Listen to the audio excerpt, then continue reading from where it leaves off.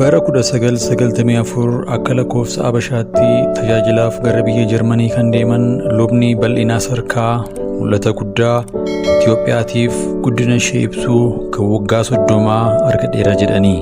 Itoophiyaan waggoota 13 keessatti biyya Jaappaan waliin akka wal qixxaattuu fi biyya Afrikaa keessatti biyya beekamtuu fi biyya badhaatuu akka taatu mul'ata isaanii keessatti ibsaniiru. Egaa waggoota baay'eef waa'een mul'ata luba bal'inaa sarkaa baay'ee wal mormisiisaa fi oduu ajandaa baroota baay'ee ta'aa tureera. Egaa dhaggeeffattoota keenya lubni bal'inaa sarkaan mul'ata isaan nuuf himan maalirra geeraa garamitti deemaa jirra kan jedhu akka armaan gadiitti isiniif dhiyeessina. YouTube chaanalii kanaaf haaraa yoo taatan subscribe gochuu hin dagatinaa. Do it! Yes you can! Just do it! Waggaasi maqaa mul'ata luba bal'inaa sarkaan argan bara ol kaafamuu Itoophiyaa jedhama. Itoophiyaan baroota 13 keessatti jijjiirama waggoota biyya kanaa ibsu irratti fidu kitaaba isaanii bara ol kaafamuu Itoophiyaa jedhu keessatti ni himu. Baroonni kun waggoota 30 iddoo sadiitti qooduun sadarkaa jijjiirama biyyattii ni ibsu. Isaanis waggoota kurnan jalqabaa bara 1994 hanga bara 2003tti. Yeroon kun yeroo itti bara rakkinaa, bara ciniinsuu, bara unkuramuu fi bara ce'umsaa jedhamee waamamudha. Barichi bara waldaan qoqqoodamtu, walamanuun dhabu, bara mootonni jeeqaman, lolli daangaa itti hammaatudha jedhani loobii bal'inaan. Kunneenii fi rakkinni hedduun baroota jalqabaa kurnan keessatti kurnan jedhamuun waamaman keessatti ni ta'u jedhani. Barri kun bara ce'umsaa jedhamuudhaanii ni waamama. Egaa baricha darbee keessatti waan mul'ataan lubni bal'inaan dubbatan kana waan ta'eefi kan hin taane ilaalanii qoruun ni danda'ama. Barri kurnan jalqabaa sun bara 1994 hanga bara 2003 ture isiniin jedheera. Baroonni kurnan lamaffaa yookaan waggoota kurnan lamaffaa jedhaman hoo maal of keessaa qabu laata?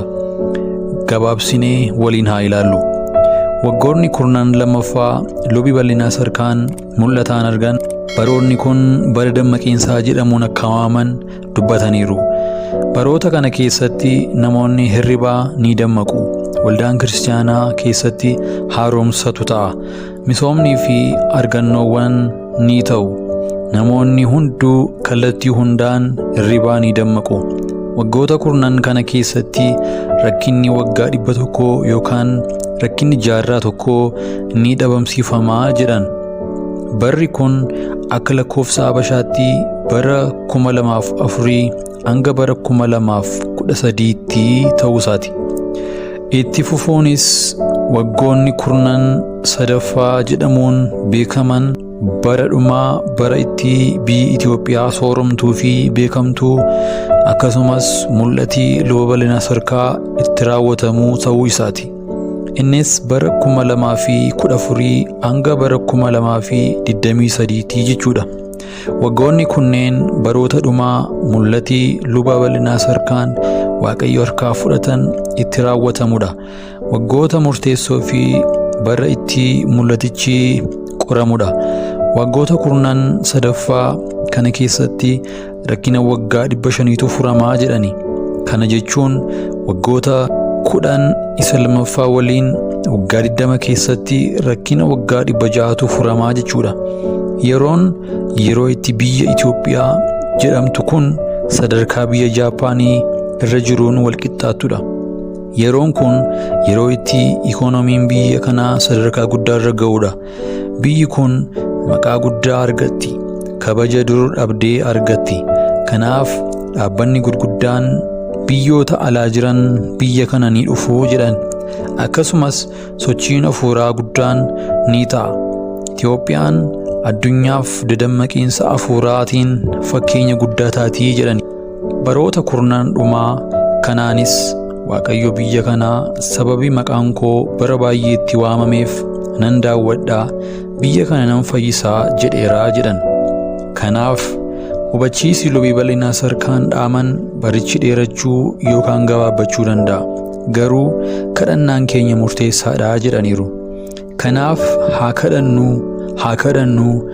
kadhannuu jedhaniiru lubi bal'inaa sarkaan.